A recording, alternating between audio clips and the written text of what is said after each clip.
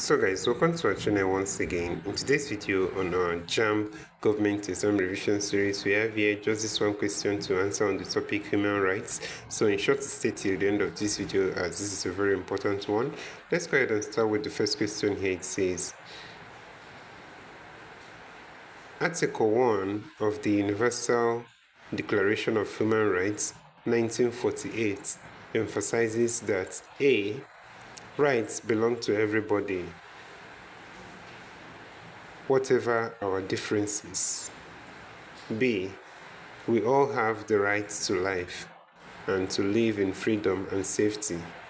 C.